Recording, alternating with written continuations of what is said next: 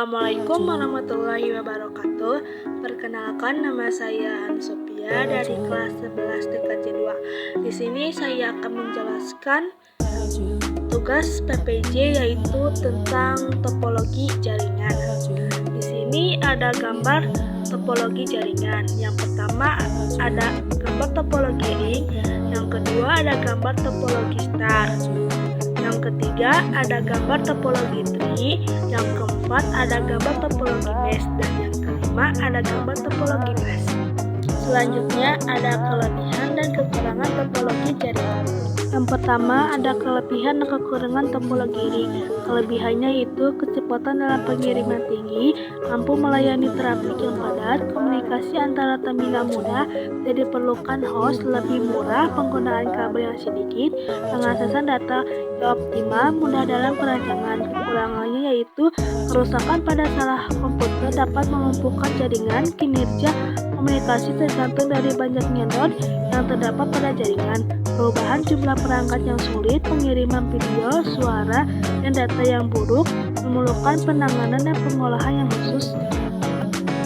Kelebihan topologi mesh yaitu keamanan yang terbilang baik, besar bandwidth yang cukup lebar, pemrosesan dan pengiriman data yang cepat, tidak perlu khawatir terhadap pertabrakan data.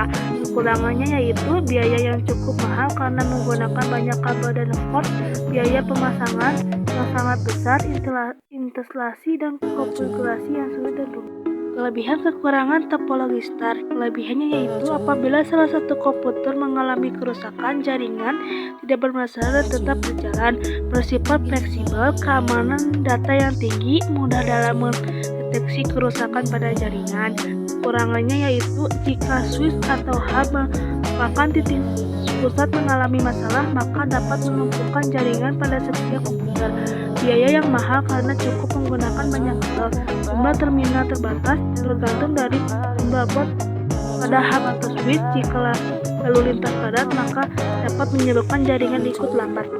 Selanjutnya, kelebihan dan kekurangan topologi bus. Kelebihannya yaitu jalan LAN yang tidak terbatas, tidak memerlukan pengendali pusat, jumlah perangkat dapat diubah tanpa menggunakan jaringan dan perangkat lainnya, kecepatan pengiriman yang tinggi, biaya yang relatif murah karena menggunakan sedikit kabel. Kekurangannya yaitu jika kabel pusat atau kabel yang melindungi rusak, maka dapat melumpuhkan jaringan.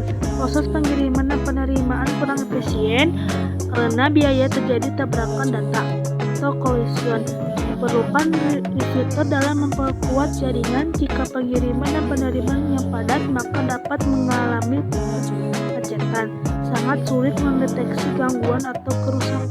Yang terakhir yaitu kelebihan dan kekurangan topologi tree. Kelebihannya yaitu mudah dikembangkan menjadi jaringan yang luas, susunan data yang terpusat dan bertingkat, memudahkan dalam manajemen data yang baik, dapat mengetahui dengan mudah satu kerusakan atau kesalahan. Kekurangan topologi tree yaitu kinerja yang lambat, biaya yang mahal karena menggunakan banyak kabel, dan hub menjadi peran yang paling penting. Jika komputer yang tingkat tinggi mengalami masalah, maka di bawahnya ikut bermasalah. Selanjutnya adalah salah satu topologi yang dipilih. Nama topologinya adalah topologi mesh. Alasannya karena topologi mesh sangat baik untuk mengirimkan sebuah data tanpa adanya tabrakan arus data.